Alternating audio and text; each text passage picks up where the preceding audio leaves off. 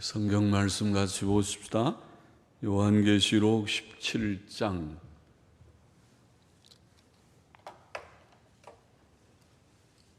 요한계시록 17장 1절부터 6절까지만 같이 보겠습니다. 요한계시록 17장 1절부터 6절 말씀, 신약성경 416쪽입니다. 제가 읽겠습니다. 또 일곱 대접을 가진 일곱 천사 중 하나가 와서 내게 말하여 가로되 이리 오라. 많은 물 위에 앉은 큰 음녀의 받을 심판을 내게 보이리라. 땅의 임금들도 그로 더불어 음행하였고 땅에 거하는 자들도 그 음행의 포도주에 취하였다 하고 곧 성령으로 나를 데리고 광야로 가니라. 내가 보니 여자가 붉은 빛 짐승을 탔는데 그 짐승의 몸에 참남된 이름들이 가득하고 일곱 머리와 열 뿔이 있으며 그 여자는 자주빛과 붉은 빛 옷을 입고 금과 보석과 진주로 꾸미고 손에 금잔을 가졌는데 가증한 물건과 그의 음행의 더러운 것들이 가득하더라. 그 이마에 이름이 기록되었으니 비밀이라, 큰 바벨론이라, 땅의 음녀들과 가증한 것들의 엄이라 하였더라. 또 내가 보매 이 여자가 성도들의 피와 예수의 증인들의 피에 취한지라. 내가 그 여자를 보고 기이 여기고 크게 기이 여기니. 그까지만 같이 보겠습니다. 같이 기도하고 말씀 생각하십시다. 하나님 아버지, 주일 오후 예배 시간 하나님의 말씀 신구약 성경책의 맨 마지막 요한계시록의 또 몇 절의 말씀을 읽고 그 말씀의 뜻을 조금 해석하고 묵상하고 하나님의 진리와 교훈을 찾기를 원하며 깨닫고 받기를 원하오니 부족하고 미련한 종에게 지혜를 주시고 은혜를 주시고 또 주의 사랑하는 모든 심령들에게 은혜를 주셔서 성경 말씀을 아무쪼록 조금이라도 깨닫되 바로 깨닫고 치우침이 없이 지나쳐가거나 모자라지 않고 좌로나 우로나 치우침이 없이 하나님께서 주신 성경의 건전한 지식과 교훈 안에 거하고 또 옛부터 전달되어 내려온 신앙의 열조들이 가졌던 신앙, 특별히 개혁자들로부터 내려오는 종교개혁의 유산을 받은 개혁교회의 신앙의 유산을 귀히 여기며 하나님께서 신앙의 열조들에게 주셨던 그 은혜를 오늘 이 복잡한 말세 이 시대에도 이단 사설이 많고 갈래길이 많고 또 바른 길 가기가 어려운 이 시대에 여러 새로운 풍조들이 많이 일어나서 교회가 몹시 혼란스러운 이때에도 저희에게 주셔서 우리가 건전한 길, 바른 길을 찾고 붙들 수 있게 도와주옵소서. 종은 심히 부족하고 연약하오니 종에게 힘을 주셔서 말씀을 조금이라도 바르게 해석하며 증거할 힘을 주옵소서. 예수 그리스도의 이름으로 기도하옵나이다. 아멘.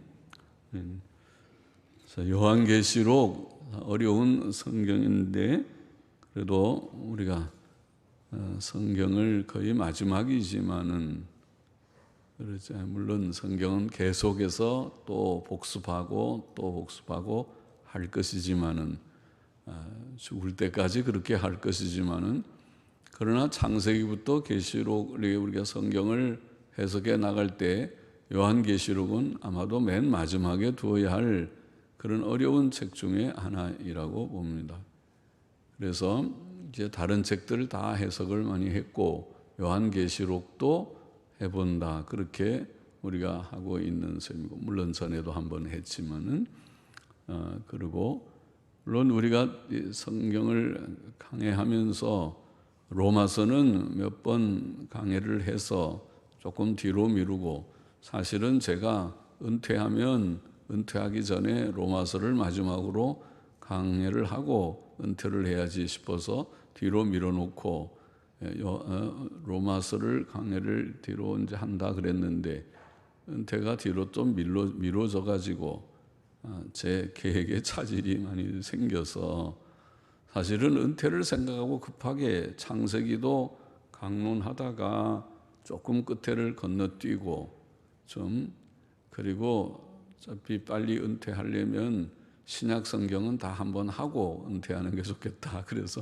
신약 성경을 들어가서 강론을 시작을 한 것인데, 그래서 여하튼 그래도 신약 성경 또 잘 우리가 좀 하고 있고 또 빠진 것들 다 할 것이고, 그래서 우리가 아직 강해를 우리가 다 많이 했지만은 빠진 부분들은 할 수 있는 대로 다 해서, 그래서 강해가 빠짐이 없이 다 한번 하는 게 좋겠다. 책자는 책도 계속 조금씩 수정하고 약간씩이지만은 그래도 조금 다듬고 또 좀 완전하게 해서 읽어서 정확하게 뜻을 이해할 수 있고 하면 좋겠다 싶어서 조금씩 다듬고, 책은 자꾸 만들 수가 없으니까 한 번씩 다듬기만 하고, 그러나 요새는 책도 젊은이들은 책 보질 않고 전자책, 그래서 전자책은 하는지 모르지만 하여튼 여튼 전자책으로 할 수 있는 그 파일이라고 해요. PDF 파일이라는, 그러니까 핸드폰이나 여러분들이 또 조그만 태블릿 PC나 그런 것들로 보면은 책보다 더 깨끗하게 활자가 보이고 또 이렇게 느리면은 글씨가 커서 눈 나쁜 사람도 잘 볼 수 있게, 지금은 그러죠. 스마트폰들, 그냥 옛날 폰들은 되는지 모르지만 조금 다른 데 돈 쓰지 말고 옷 입거나 머리 하거나 그런 데 돈 쓰지 말고, 스마트폰은 할머니들이 하나씩, 할아버지 할머니들이 부모님들이 하나씩 있는 게 좋아요. 그래야 그걸로 다 설교도 듣고 또 글도 볼 때 이렇게 느리면 큰 글자로 다 성경도 읽고, 속에 보면 성경도 볼 수 있고 강에서도 그 속에서 다 볼 수 있어요. 책 보는 것보다도 더 활자를 크게 해서 볼 수 있어요. 조금만 배우면은.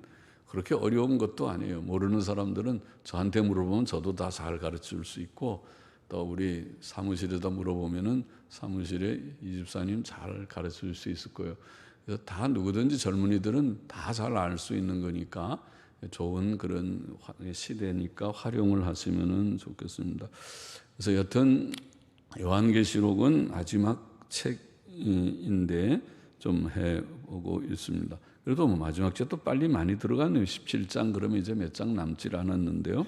빠르게 잘 가고 있네요. 1절, 2절 다시 보십시다. 또 7 대접을 가진 7 천사 중 하나가 와서 내게 말하여 가로되 이리 오라. 많은 물 위에 앉은 큰 음녀에 받을 심판을 내게 보이리라. 땅의 임금들도 그로 더불어 음행하였고 땅에 거하는 자들도 그 음행의 포도주에 취하였다 하고, 자, 이게 16장에서 7 대접 재앙을 우리가 읽었었고, 7 대접 재앙의 7번째 대접이 공기에 부어진인데, 거기에서 큰 지진이 일어나는 그런 광경을 우리가 거기서 읽었습니다. 그리고 이제 그 후에 이제 큰 성 바벨론의 멸망의 말씀을 하면서 17장으로 넘어갔는데, 17장에 오늘 읽은 이 말씀에는 그 큰 성 바벨론을 큰 음녀라. 음녀는 부끄러운 거죠. 음녀는 요즘에는 음녀라는 말을 잘 안 쓰지만은, 그러나 조금 쓰기 부끄러운 말이지만 창녀라는 말을 있고 또 매춘녀라는 말, 매춘부 혹은 매춘녀 그런 말들이 있죠. 그러니까 자기 몸을 파는 사람들이죠. 돈을 받고. 사람이 몸을 팔면 안 되죠. 사람의 우리가 지켜야 될 것이 생명이 귀하고 우리의 정조, 정순결성이라는 것이 귀하죠. 그것이 부득이 내가 믿음이 없을 때나 혹은 또 어떤 참 나쁜 환경 속에서 내가 원치 않게 나의 순결성이나 정조를 잃어버렸다고 할 때에는 하나님 앞에 회개하고 다시 내가 그것 때문에 너무 낙심하지 않고 바로 살면 되겠죠. 바로 하나님께서 우리의 어떤 죄라도 어떤 극악한 죄로 성경에 보면 살인죄, 간음죄도 있으니까 그런 죄도 다윗 같은 사람도 간음을 행하고 살인을 범했으니까 그런 죄도 모세도 훌륭한 사람이지만은 그가 사람을 쳐 죽이는 살인자였습니다. 그러니까 그리고 또 훌륭한 지금 13권, 14권의 신약성경을 쓴 사도 바울도 그는 예수님 믿는 사람들을 죽이는데 앞장섰던 자니까 악한 자죠. 그는 죄인 중에 괴수다 자신을 표현했습니다. 그러니까 어떤 자라도 살인죄, 간음죄 그것이 죄 중에 큰 죄가 아닙니까? 그런 죄를 지었어도 회개하고 내가 다 용서함 받고 이제는 다시는 그런 일을 안 한다. 새롭게 살기를 원한다 할 때에 하나님께서 다 받으시는 줄을 믿습니다. 그러나 여하튼 여기에 지금 음녀라는 표현은 우리에게는 부끄러운 말이고 그러나 오늘날 쓰는 말로는 창년이, 매춘년이, 매춘분이 이런 이제 개념입니다. 그런 것을 영어로는 harlot이라고도 하고 prostitute라고도 하기도 하고 그런 whore이라는 말도 있고 그런 단어입니다. 음녀. 그런데 이 부끄럽게 큰 음녀가 받을 심판을 여기에 보인다고 말합니다. 여기에 큰 음녀는 많은 물 위에 앉은 자로 증거되었습니다. 많은 물은 15절에 보면은 백성과 무리와 열국과 방언들이라고 하였습니다. 여기에 상징적으로 표현된 그 큰 음녀는 온 세상 나라들과 백성들 위에 활동하는 자입니다. 그렇죠? 여기 백성, 무리, 열국, 방언 온 세계를 말하는 거죠. 온 세계에서 활동하는 그런 어떤 자입니다. 그의 영향력은 세계적입니다. 그러므로 그는 세계적인 인물 혹은 단체라고 보입니다. 특히 그는 세계의 정치가들과 결탁되어 있습니다. 이것은 땅의 임금들도 그로 더불어 음행하였다 이렇게 되어 있고 또 그의 음행은 영적인 육적인 의미를 다 포함하는 것 같습니다. 땅의 임금들이 그로 음행하였고 땅에 거하는 자들도 그 음행의 포도주에 취하였다 이렇게 표현했습니다. 그런데 여기에 이 음행은 영적인 육적인 구약 성경을 우리가 읽어서 이렇게 아는 분들은 구약에서 음란, 음행이라는 말은 우상 숭배를 가리켰습니다. 영적 음행입니다. 하나님을 한 남편으로 하나님만 우리가 섬겨야 되는데 하나님 안 섬기고 한눈 파는 것을 음행이라 그랬어요. 육적으로도 마찬가지죠. 육적은 음행은 결혼 관계에서 말하는 것입니다. 결혼 서약을 하고 부부가 됐으면은 남편은 그 결혼하기 전에는 이 사람 저 사람 그저 사귈 수 있지만 죄만 짓지 않는다면 두루 데이트도 하고 사귀는 것은 사귀어야 사람을 알지요. 그 사람이 좋은 사람인지 나쁜 사람인지는 사귀어보면 아니까 사귀어서 이 사람 참 좋은 사람 같다. 또 믿음이 반듯하고 또 나를 좀 아껴주고 사랑해 줄 만한 성품이 착하고 좋다. 이렇게 될 때 결혼이 성사되는 거죠. 결혼은 아무나 하는 것이 아무렇게나 그냥 하는 것이 아니잖아요. 결혼이 굉장히 중요한 문제죠. 결혼을 잘 하느냐 못하느냐 하는 것은 그 인생의 그것이 실패냐 성공이냐 하는 것을 결정할 정도로 중요한 문제죠. 결혼을 잘못해서 평생 고생하는 사람이 있고 결혼을 잘해서 저분은 참 결혼을 참 잘해서 저렇게 잘 됐다. 우리가 그 유명한 말들 있잖아요. 예, 바보 온다라고 평강공주 얘기 우리 옛날 그 얘기에도 그런 얘기가 있잖아요. 바보 온달 같은 사람도 훌륭한 공주랑 결혼해가지고 그래서 훌륭한 나중에 장군을 만들잖아요. 다 가르쳐주고 공부도 가르쳐주고 말 타는 거, 활 쏘는 거 다 연습시켜서 나중에는 나라에 아주 훌륭한 장군을 만드는 것처럼 결혼을 잘했죠. 바보 온달이. 그런 이야기처럼 말이죠. 결혼은 사실은 매우 중요한 것이죠. 어떤 남편, 어떤 아내를 얻는가 하는 것은요.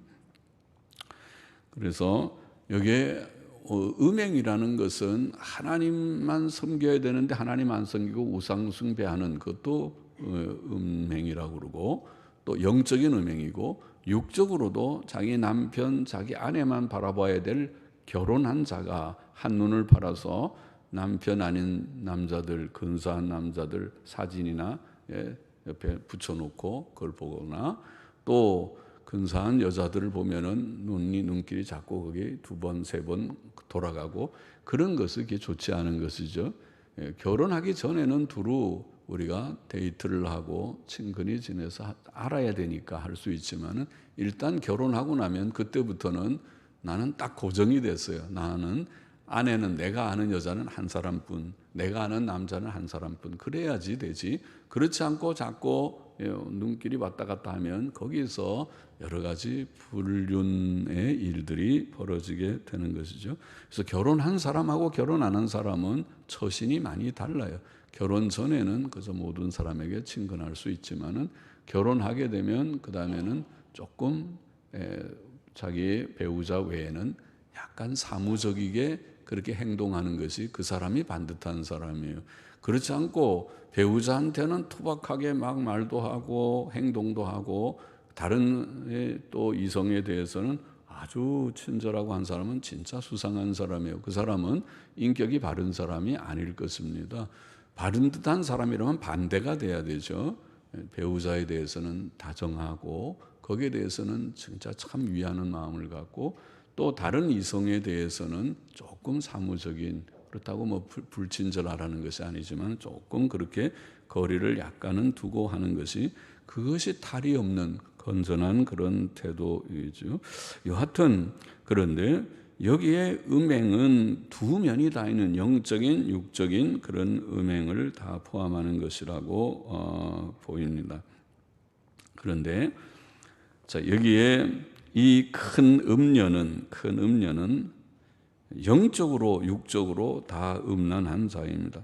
그래서 사상적으로, 영적인 말은 사상적이라는 말이죠. 정신적으로, 사상적으로 참된 종교를 변질시켜서 사람의 다양한 사상들과 혼합시키는 것, 그것이 영적인 음행이죠. 사상적인 음행입니다. 하나님 앞에서 바른 사상을, 바른 종교 사상, 신앙 사상을 가져야 되는데, 그렇지 않고 모든, 오늘날 말로 말하면 종교다원주의, 신학적인 다원주의, 포용주의, 모든 잡동사니들을 다 받아들이는 그런 그 교회, 그런 어떤 그 사상, 그것이 영적 음행입니다.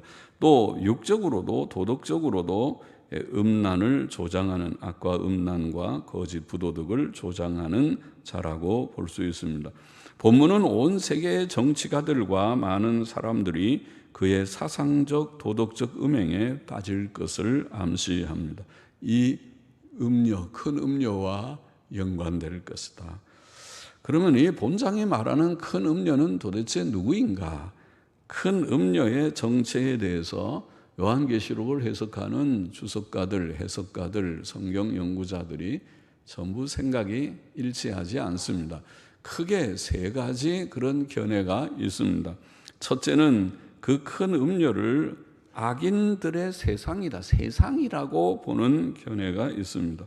유력한 그런 주석가들이, 유명한 주석가인 윌리엄 핸드릭슨이나 조지 레드라고 하는 신학자나 알란 존슨이나 또 우리 박윤선 목사님까지도 여기에 음녀를 세상으로 보시는 것 같습니다. 그래서 악인들의 세상, 그것이 음녀다, 그런 해석을 하고 있습니다.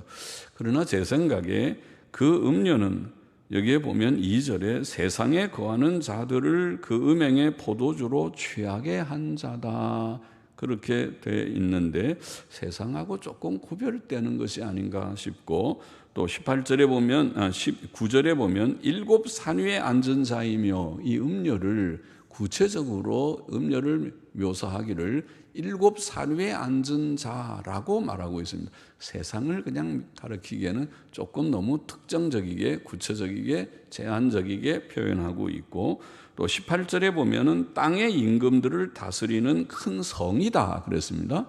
음녀는 땅의 임금들을 다스리는 큰 성이다. 어떤 큰 그런 도시를 가리키는 것으로 표현했어요. 큰 성이다. 그리고 18장에 넘어가서 보면 18장 4절에 하나님의 백성은 거기서 나와야 한다, 이렇게 묘사되었습니다. 그러면은 우리가 이 세상에서, 물론 세상에서 구별돼서 예수님 믿었지만은 세상 밖으로 나가서 살 수는 없죠. 세상 안에 우리가 살고 있는데 거기에서부터 나와라, 그런 걸 보면 어떤 그냥 우리가 사는 이 세상보다는 세상의 어떤 그 특정한 단체나 어떤 그런 것 같이 보입니다. 그래서 거기에 가담하지 말고 거기에서부터 나와라, 이렇게 해야 좀 더 잘 이해가 되지 않을까, 그렇게 보입니다. 그래서 여기에 큰 음녀는 단순히 악인들의 세상과 동일시 되기 어려워 보인다는 말입니다. 둘째 견해는, 둘째로 첫 번째는 악인들의 세상이다, 유력한 주석가들이, 둘째 견해도 이것은 더 많은 주석가들이 아마 거의 종교개혁의 유산을 받고 있는 개혁파 교회, 개혁신학, 개혁교회에 제가 다 일일이 보지 않지만 책에 보면 대다수의 주석가들이, 대다수라고 표현합니다. 대다수의 주석가들이 가지고 있는 견해인데, 그것은 여기에 큰 음녀는 바로 로마 천주교다, 로마 천주교회라고 보는 견해입니다. 유명한 주석가들, 옛날 벵겔이나 알포드나 우리는 잘 모르지만은 옛날에 다 유명한 주석책을 쓴 그런 요한계시록 주석을 쓴 자들이고, 또 반즈라고 하는, 반즈 노트라고 하는 책도 많이 지금까지 읽혀지는 그런 책인데, 그런 저술가들이 그런 견해를 가지고 있습니다. 그 근거를 보면, 그 근거는 첫째, 그가 정치 권력과 결탁되어 있다는 것입니다. 여기에 이 큰 음녀는 우리가 13장에 보면 두 짐승이 나오는데, 하나의 첫 번째 짐승은 정치적인 그런 세력, 인물이나 세력일 것이다, 우리가 그렇게 해석을 했고, 둘째의 짐승은 거짓 선지자라고 요한계시록이 나중에 설명하고 있는 종교적인 그런 인물이나 단체, 그 교회를 가리킬 것이다, 그렇게 우리가 해석을 했는데, 여기에 음녀를 보면 이 음녀가 그 첫째 짐승을 타고 있는 어떤 인물로 나와 있습니다. 그러니까 첫째 짐승하고는 구별이 돼요. 그러면은 이것은 아마 종교적인 어떤 인물 혹은 단체를 가리키는, 다시 말하면 교회를 가리키는 것이라고 보이는데, 그런데 이 음녀는 정치 권력과 결탁되어 있습니다. 3절에 그랬죠. 내가 보니 여자가 붉은 빛 짐승을 탔다. 이 정치 권력이라고 보이는 이 붉은빛 짐승을 여자가 타고 있는 그런 자로 묘사되어 있습니다. 천주교회야말로 역사적으로 보면 정치적 세력 집단이었고 지금도 그렇습니다. 그러나 사실 그것은 참 교회의 모습이 아니죠. 주께서는 교회는 세상과 다르다 구별을 했습니다. 요한복음 18장 36절에 보면 예수께서 대답하시되 내 나라는, 주님이 우리가 예수 그리스도의 나라를 추구하는데 내 나라는 이 세상에 속한 것이 아니라, 만일 내 나라가 이 세상에 속한 것이었다면 내 종들이 싸워 나로 유대인들에게 넘겨오지 않게 하였으리라. 이제 내 나라는 여기에 속한 것이 아니니라. 사람들은 종교와 정치를 혼동해서 우리가 교회 역사를 보면 천주교의 역사가 그렇습니다. 천주교회는 이 교회라는 조직이 하나님의 나라를 구현하는 그런 조직이 되게 하려고 했습니다. 바꿔 말하면 하나님의 나라를 이 지상에서 교회라는 조직을 통해서 이루어 보려고 했습니다. 그래서 세상의 이 교회의 조직, 교회의 교황 체제라고는 교황이 세상 나라인 그 당시에 우리 중세 시대의 그런 우리가 세속 국가들의 영주들이나 혹은 신성 로마 제국이라고 하는 그런 대국의 황제들이나 이런 자들을 교황이 다 지배해야 된다는 생각이 있어요. 그러니까 교황이 굉장한 정치 권력자였습니다. 지금도 우리가 로마 교황청은 다른 국가들하고 외교 관계를 맺는다고 제가 얘기했죠. 그거는 우리 교회의 모습은 아닙니다. 일반 교회는, 개신교회는 우리가 뭐 미국이나 영국이나 외교관들을 서로 교환하고 교단이 그러지 않죠. 우리는 정치 집단이 아닙니다. 교회는 정치적인 그런 조직체가 아닙니다. 그러나 교회라는 이 조직을 활용해서 이걸 가지고 정치 집단화해 보려고 이것으로 이 세계 전체를 변화시켜 보려고 하는 그런 시도가 있었다고 할 수 있죠. 그것이 로마 천주교였습니다. 그러나 우리 주님의 말씀이랑 다르죠. 내 나라는, 우리가 주님의 나라라면 내 나라는 이 세상에 속한 것이 아니다. 그걸 우리가 영적인 나라라고 말했어요. 그래서 우리는 칼과 창으로 정복하는 나라가 아니고 복음으로, 순교의 피로, 그리고 사람들에게 말씀으로 말씀을 가르치고 호소함으로써 그들이 자발적으로 자원적으로 회개하고 변하여 새 사람이 되게 하는 그 운동이 기독교 운동이지, 기독교 운동이 칼과 창으로 우리가 정복하는 운동이 아닙니다. 우리는 혁명 세력이 아닙니다. 여기서 조직 운동한다고 그러죠. 정치하는 사람들은. 그래서 다 조직을 짜고 그렇게 다 해서 그 조직의 힘으로 뭔가를 해보려고 하는, 그것이 소위 세상에서 말하는 정치가들이 하는 운동입니다. 자기네들의 정치가들의 조직 운동입니다. 그러나 교회는 그런 것이, 교회는 조직으로 말하면 매우 허술하기 그지없습니다. 교회는 그런 것이 아닙니다. 그리고 누가 여기서 강압적으로 뭘 나오세요 막 강제 동원령을 내리고 그러는 거 없어요. 다 자발적으로 원근각저에서 달려와서 하나님을 사랑하고 예배드리고 교회를 사랑하고 해서 한 사람 두 사람 모여온 것이 교회라고 말할 수 있죠. 자, 여튼 정치 권력과 결탁되어 있는 것은 바로 천주교와 아주 흡사한 묘사다. 둘째, 천주교회는 기독교회의 배교와 이방 종교화의 결정체이기 때문이다. 그렇게 근거를 말합니다. 그렇죠. 천주교회야말로 기독교가 배교한, 원래 기독교는 역사적으로 따져 올라가면 천주교회죠. 천주교회가, 기독교가 처음 사도들 때로부터 보면 주후 한 500년까지는 그대로 교회가 그런 대로 지속되어 왔어요. 우리가 천주교회의 변질이라고 보는 것은 주후 500년부터 1500년대 종교개혁이 일어날 중세 천년이라고 말하는 그 시대입니다. 변질됐어요. 그러면 주후 500년부터 주로 변질됐어요.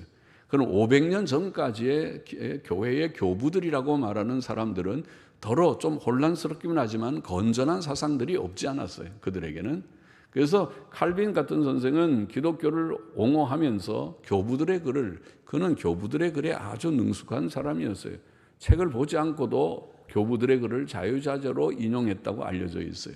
그러니까 교부들의 글에 근거해서 성경의 주석이 첫째고 교부들의 근거가 그 성경 주석을 뒷받침해서 그래서 자기의 주장을 증거해서 이것이 바른 성경의 교훈, 하나님의 뜻이다 말을 했어요.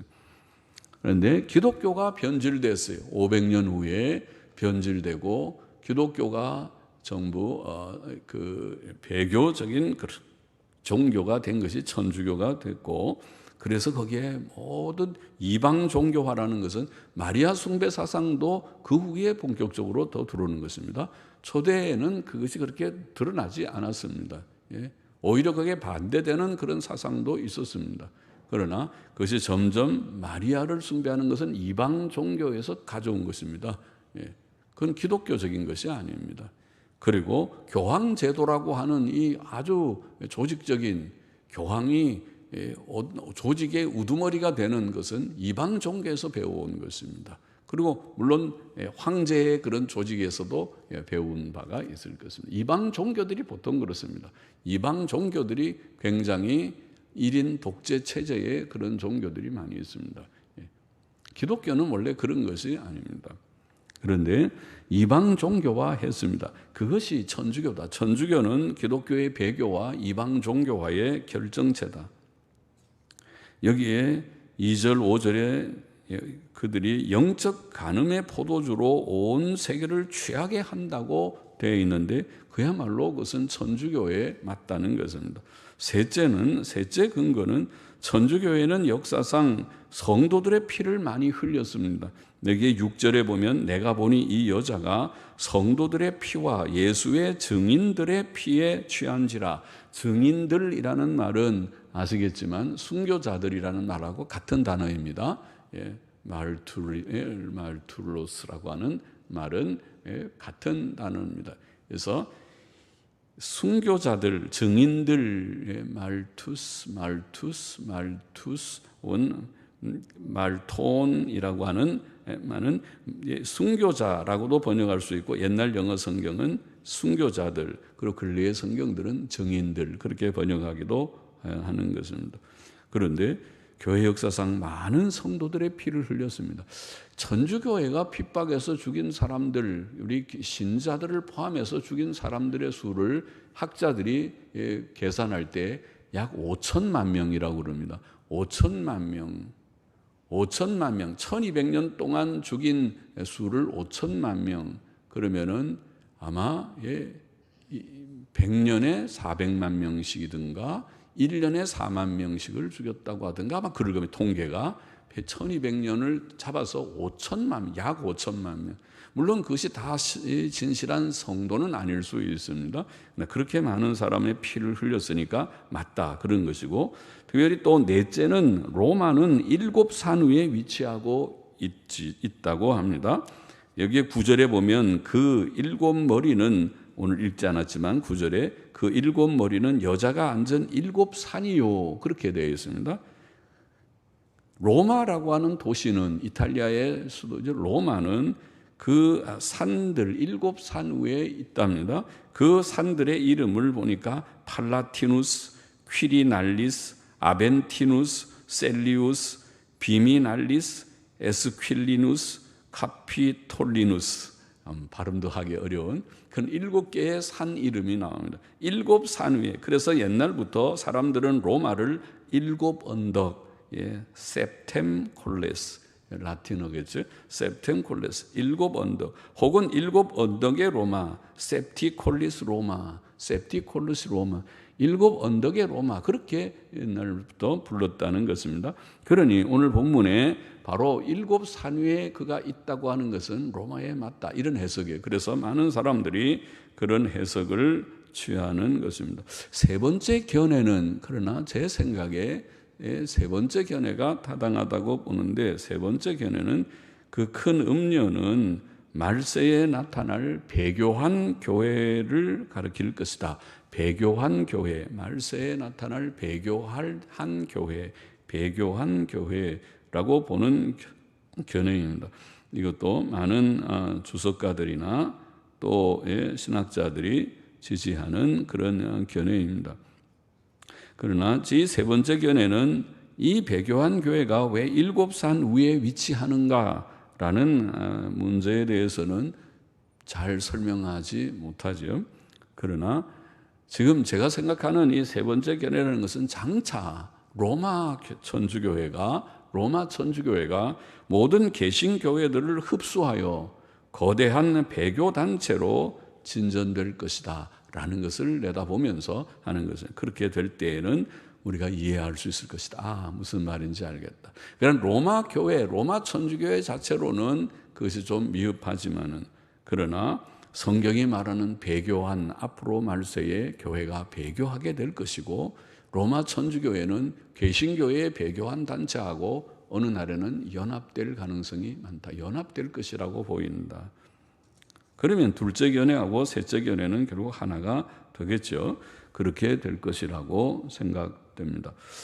3절 넘어가 봅시다. 곧 성령으로 나를 데리고 광야로 가니라. 내가 보니 여자가 붉은빛 짐승을 탔는데 그 짐승의 몸에 참남된 이름들이 가득하고 7머리와 10뿔이 있으며.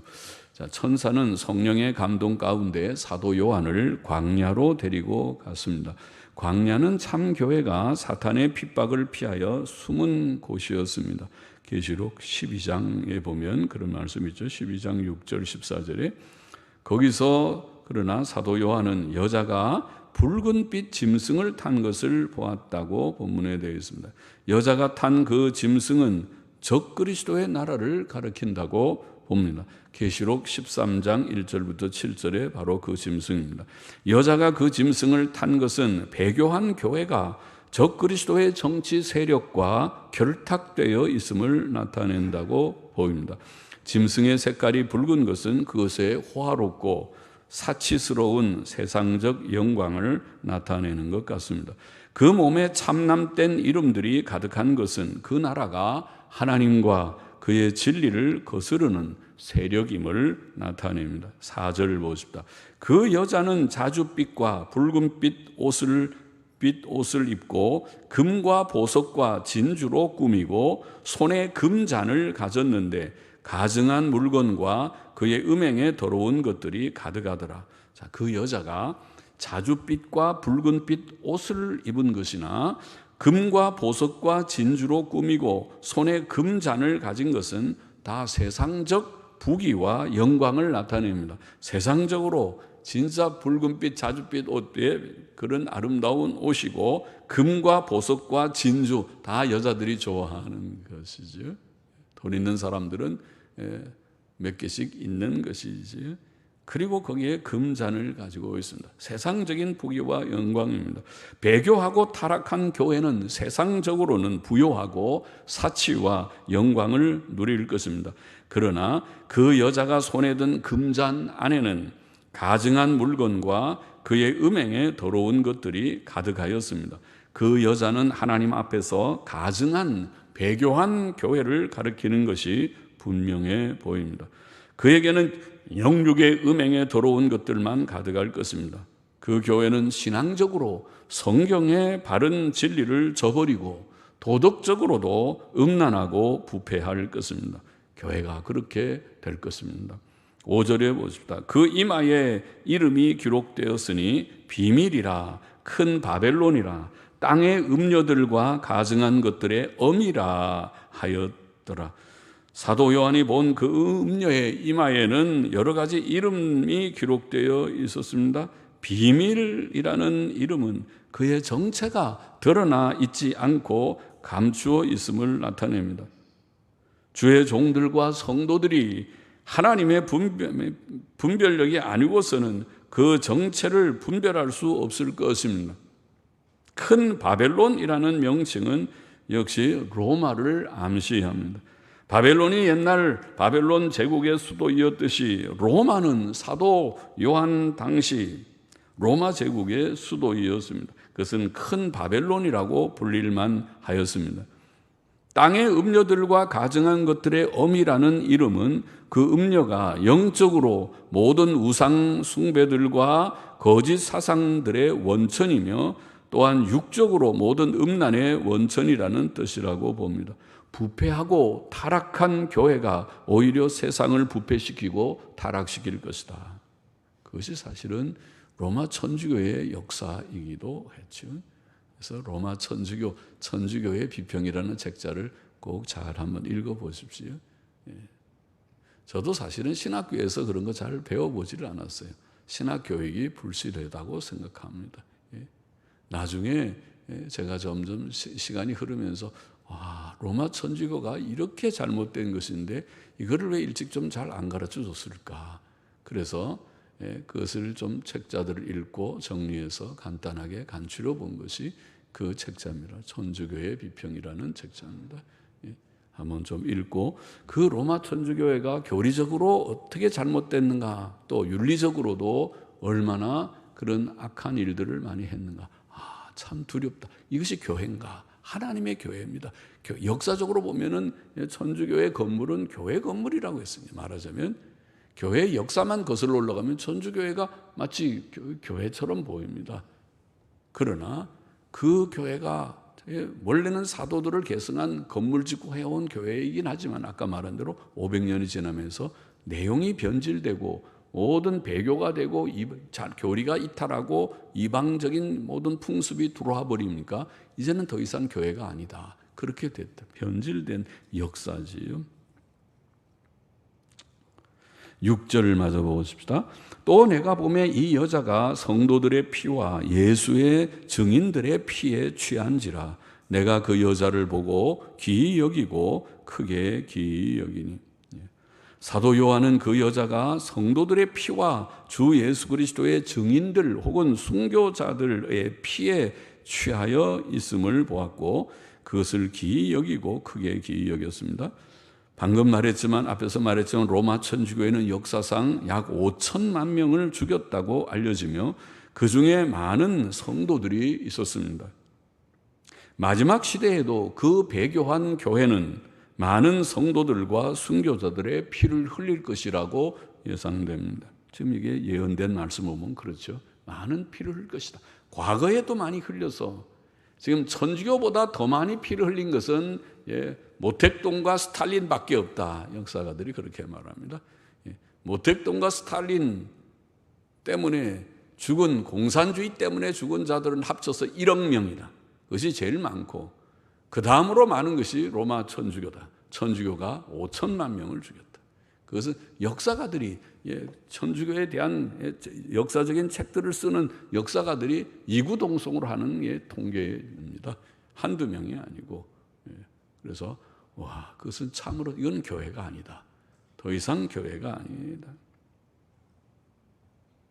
참된 성도들과 종들을 핍박하고 죽이는 행위는 그 교회가 거짓 교회임을 드러낼 뿐입니다. 참 교회는 그렇게 하지 않습니다. 형제를 미워하는 것도 살인하는 자니 미워하는 자는 그 속에 생명이 없고 아직까지도 어두움 가운데 있는 자다. 요한 1서가 그렇게 말했는데 그래서 제가 그랬죠. 오늘날도 이단 종파들이 기독교와 막 싸우면서 법정 소송하고 뭐 몇 억씩 신학자들에게 막 그 매덕을 갖다가 물리는 그런 소송을 하고 하는 걸 보면 그 자체 행위 자체가 바로 이단을 드러내는 것입니다. 정통교회는 그렇게 하지 않습니다. 틀리면은 틀렸다. 당신들 우리는 견해가 다르고 성경적으로 논박하고 역사적으로 논박하는 변론을 하지. 변론 토론은 하는 것이지. 그걸 가지고 그렇게 폭력적으로 하고 뭐 그들이 많은 걸 동원해 가지고 어떻게든지 물질적인 큰 손실을 신학자들이 무슨 돈이 있다고 그들이 비평하는 것은 사명으로 비평하는 거지 그들에게 꼬투리를 잡아서 그걸 갖다가 몇 천만 원 몇 억을 때리는 그런 판결을 받아내려고 하면 만일 그렇게 하면 신학자들이 누가 이단 종파 비평하겠습니까? 돈 없어서도 못할 것이. 그래서 아이고 저런 행위 자체가 참 악한 이단이라는 걸 드러내는 행위로구나. 정통은 그렇게 하지 않습니다.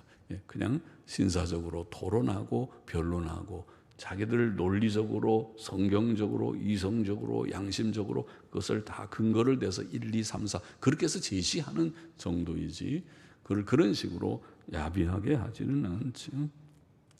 천주교는 굉장히 거짓 교회, 참된 교회가 아니라는 많은 증거들을 그런 행위에서 보였던 것입니다. 본문의 교훈을 오늘 정리해 보십시다. 두 가지만 생각해 보십시오. 본장에 예언된 음녀는 장차 나타날 배교한 교회를 가리킨다고 해석했습니다. 장차 로마 천주교회와 세계교회협의회가 연합하여서 세계의 모든 교회들을 포괄하는 세계적인 배교한 교회를 이루게 될 것이라고 봅니다. 그렇게 보입니다. 그래서 로마 천주교회, 로만 캐톨릭 철치 공식적으로 RCC 또 세계교회협의회 World Council of Churches WCC, RCC와 WCC가 어느 날에는 그것이 통합될 것이다. 그렇게 예견됩니다. 매우 지금도 가까워져 있습니다. 실제로는 WCC의 모든 활동 정책의 아주 핵심에는 로마의 천주교의 신학자들이나 지도자들이 다 참여하고 있습니다. 그러니까 실제로는 WCC 속에서는 로마 천주교의 세력이나 활동이 굉장히 활발하게 이루어지고 있는 것입니다. 또 그들은 그것을 신뢰하지 않고 가까이 하고 있습니다.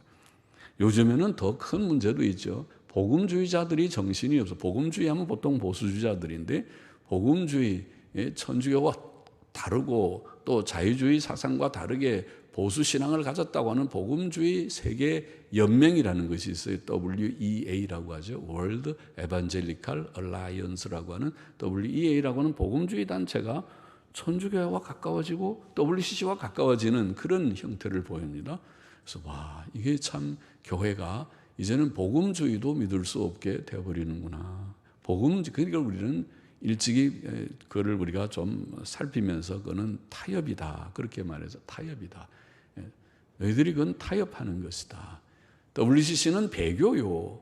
WEA는 타협이다. 그렇게 보는데 그렇게 전체 교회들이 흔들리니까 이렇게 될 때 정말 바른 보수적인 신앙, 정통 신앙을 붙든다고 하는 것은 외로운 길, 좁은 길이 되겠구나. 이제 작은 소수의 무리들이 거기에 가담하지 않는 자들이 나중에는 결국 남게 되겠구나. 그런 생각을 해봅니다. 배교적 교회가 여기에 큰 음녀, 지금 큰 음녀가 받을 심판을 지금 말하면 심판은 이제 뒤에 나오지만은 큰 음녀가 받을 심판의 큰 음녀는 배교한 교회를 가리키고 그것은 오늘날로 말하면 로마 천주교회와 WCC가 연합되는 단체일 것이라고 보입니다. 우리는 배교한 교회인 로마 천주교와 세계 교회 협의회를 주목해야 하며 그 교회로부터 나와야 합니다. 그 교회에 가담하지 않아야 됩니다. 나와야 된다고 봅니다. 천주교회로부터 단절돼서 나와야 되고 진실한 성도들은 옛날에는 몰랐지만 지금은 더 이상 아닙니다. 그리고 WCC로부터 분리되어야 한다. WCC가 지금 우리나라에 얼만큼 들어와 있는가? 우리나라의 절반 이상은 들어와 있습니다. WCC가. 그리고 아까 말한 WEA는 나머지의 거의 7, 80%가 아마 WEA의 영향권 안에 있지 않는가 싶으니까 걱정이다. 참 걱정이다. 그래도 WEA는 아직은 약간의 소망이 있어서 정신을 차리고 그들은 신앙사상적으로 아직 변질되지는 않은 자들인데 그러나 정신없이 자꾸 타협하고 있으니까 경고하고 책망은 하지만은 그러나 WCC는 더 이상 그것은 확실한 배교니까 거기에서 가담은 안 된다. 여기에 기장 측, 기감 측, 감리교나 장로계 기장 측, 예장 통합 측 분명히 다 WCC에 관계되어 있고 그 다음에 우리가 성결교도 아마 기성이 NCC가 사실 NCC라는 것이 WCC의 그 국가의 단체가 보통은 NCC입니다. 우리나라는 WCC 가입한 교단하고 NCC의 교단하고 좀 다르긴 하지만은 중첩돼 있긴 하지. 중첩돼 있고 아닌 교단도 있고 하지만은 정신이 사실은 똑같습니다.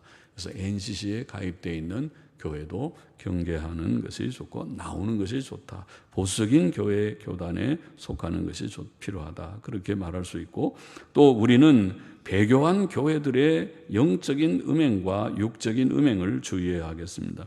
여기에 배교한 교회는 영적으로 지금 말한 대로 음행이고 영적인 음행은 무엇입니까? 방금 말한 대로 자유주의 사상이든 그것이 우상 숭배든 또 마리아 숭배든 천주교의 여러 우상 숭배적인 내용이든 이단 종파든 또 심지어 오늘날은 WCC가 이방 종교도 포용하는 방향으로 가고 있으니까 이방 종교 또 오늘날 은사주의는 매우 혼란스럽게 연합운동을 일으키고 천주교를 포용하고 하고 있으니까 은사주의 또 물질을 맞는 돈을 숭배하는 돈을 절대 가치를 돈에 두는 그런 사상도 영적으로는 사실 다 음행이죠. 돈 우상 숭배니까 그런 것들을 우리가 경계하고 조심해서 우리는 그런데 사상적으로 인격적으로 더럽혀지지 않아야 될 것이다.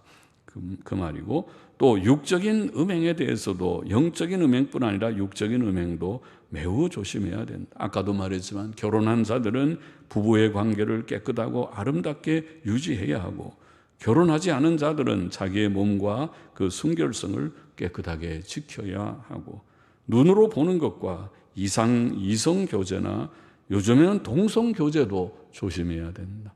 동성애도 그것이 이상하게 막 풍조가 몰려 들어오고 있으니까 이게 음란한 사회가 막판으로 가는 것은 동성애입니다. 오늘 현대 사회가 음란한 사회가 이제는 막판으로 가니까 동성애를 다 인정하고 개방하고 있는 것입니다. 그래서 동성애로 가면 그것은 소돔 고모라가 되는 것입니다. 그건 이제 끝판입니다. 하나님께서 그 사회를 멸망시키기 직전의 현상들이 소돔 고모라가 망하기 직전이 동성애였습니다. 그래서 동성애로 가는 사회가 되고 있으니까 조심해야 된다. 우리는 성결을 지키고 또 이성교제도 건전하게 하려고 하고 순결성을 귀히 여기고 그리고 통성교제도 조심하는 그런 건전한 생각을 우리가 잘 지켜나가야 하겠죠. 영적인 육적인 음행을 주의해야 한다. 기억해야 하겠습니다. 기도하십시다. 하나님 아버지, 배교한 교회를 우리가 내다보면서 우리가 그 교회로부터 분리되는 나와야 되는 것을 깨닫고 또 우리의 가족들이나 우리의 친척들에게 가르쳐 줄 수 있는 우리가 되어야 하겠고 또 영적인 육적인 음행을 주의해서 성결한 삶을 늘 지켜나가는 저희들이 되게 하여 주시기를 소원하며 예수님의 이름으로 기도하옵나이다. 아멘. 212장 찬송 같이 부르십시다. 새 찬송 420